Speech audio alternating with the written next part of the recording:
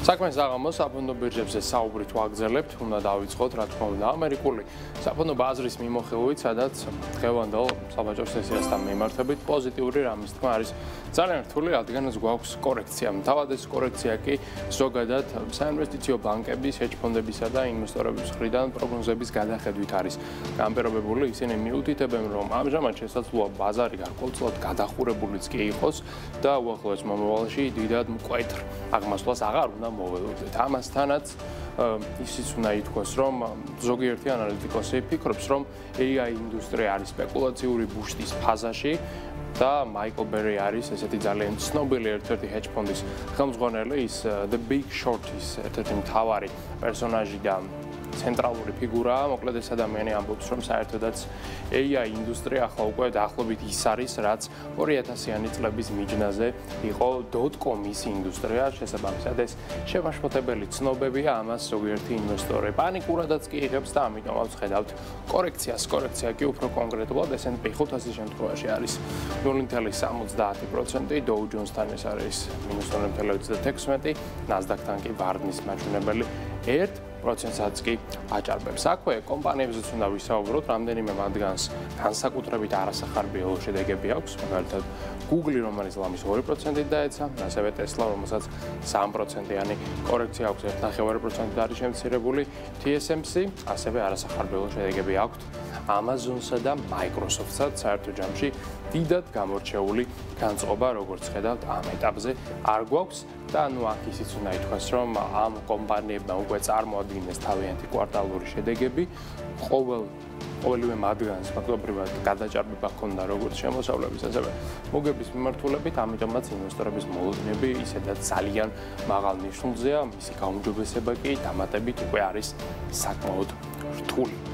უნდა გადავინაცვლოთ ევროპასა და აზიაში, სადაც აგრეთვე გვაქვს ნეგატიური განწყობა, როგორც ხედავთ, 600 უმსხვილესი კომპანიის საერთო კაპიტალიზაცია ევროპის მასშტაბით 0.39%-ით არის შემცირებული. შანხაის ინდექსიც ასევე ეცემა, ამ შემთხვევაში კორექცია გვაქვს 0.42%, ნიკეისთან კი ვარდნა არის დაახლოებით 2%, ამ შემთხვევაში ინვესტორების განწყობა ფაქტობრივად გლობალურ მასშტაბზე არის გასული ნეგატიური მიმართულებით. ასევე არის შემცირებული დღეს ნავთობის ფასიც საშუალოდ 1%-ით, როგორც ხედავთ, ბრენდის ღირებულება უკვე ჩამოწდა $65 ნიშნულს, WTI კი ივაჭრება დაახლოებით $60. ბუნებრივი ერის ფასი პირიქით გაზრდილია 1.5%-ით და მეგავატ-საათი ენერგიის ღირებულება შეადგენს დაახლოებით €22. აქვე, რა თქმა უნდა, ოქროზეც უნდა ვთქვათ ორიოდე სიტყვა, მისი ღირებულებაც არის შემცირებული დაახლოებით 1% დღის განმავლობაში და უნცია მეტალის ფასი ამჟამად არის $369. ამ კორექციის მიუხედავად მინდა გითხრათ, რომ ერთ წლიან პერიოდში ოქრო მაინც გაძვირებულია და მატება არის დაახლოებით 54.5%. კრიპტოინდუსტრიაზეც უნდა ვთქვათ ორიოდე სიტყვა, აქაც კლება გვაქვს 3% არის ვარდნა და ინდუსტრიის შეფასება, როგორც თავად ხედავთ, ამჟამად შეადგენს $3.520 მილიარდ. ბიტკოინის ფასი არის ამ ეტაპზე $102,600, ეთერიუმის $3,400 ივაჭრება. კლება როგორც ხედავთ, ძალიან მკვეთრია უკვე 10% ბიტკოინთან, 15 ეთერიუმთან, ასევე მკვეთრად არის შემცირებული Solana-ს, BNB-სა და სხვა კრიპტოაქტივების ღირებულება საშუალოდ 15-დან 20%-ის ფარგლებში. კაპიტალიზაცია ამის ფონზე ეთერიუმისა გვაქვს $421 მილიარდი, ბიტკოინის კი არის დაახლოებით $2 ტრილიონი. ამ შემთხვევაში კორექცია, როგორც გითხარით, არის ძალიან მკვეთრი. აგრეთვე დაღმასვლის დინამიკა გრძელდება და ვრცელდება ლონდონის საფონდო ბირჟაზეც, ვინაიდან ლონდონიც რა თქმა უნდა არის გლობალური ეკონომიკის და ფინანსური სისტემის ნაწილი.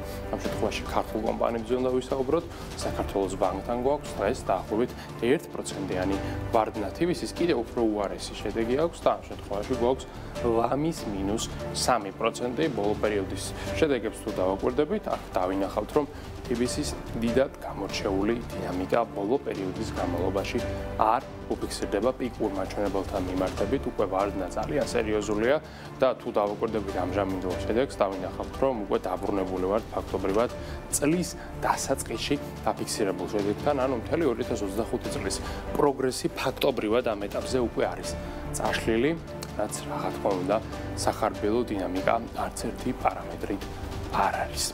აქვე უნდა ვისაუბროთ ჩვენს ეროვნულ ვალუტაზეც, რომელიც პირით გამყარებული არის ძირითად ვალუტებთან მიმართებით, დოლართან კურსი გვაქვს მაგალითად 2.70. ევროს კურსი არის ამ ეტაპზე 3.11, ხოლო სტერლინგის კურსია 3.54.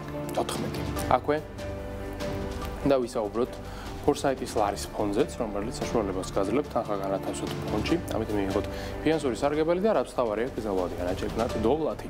სარგებლის მოცულობა წლიურად საშუალოდ სტანდარტულად შეადგენს 9%-ს, ანგარიშზე 50,000 ლარზე მეტი სქონის შემთხვევაში კი სარგებელი აჭარბებს 10%-ს. ეს არის წლიური ამონაგები, რომელიც ყოველდღიურ ფორმატში გერიცხებათ, ხოლო ფორსაიტ ინვესტმენტ გრუპი არის საქართველოს ეროვნული ბანკის მიერ რეგულირებული და ლიცენზირებული კომპანია. მოკლედ, აი ასეთი ვითარება გვაქვს ჩვენ ამ წუთებში გლობალურ საქონლის რынке.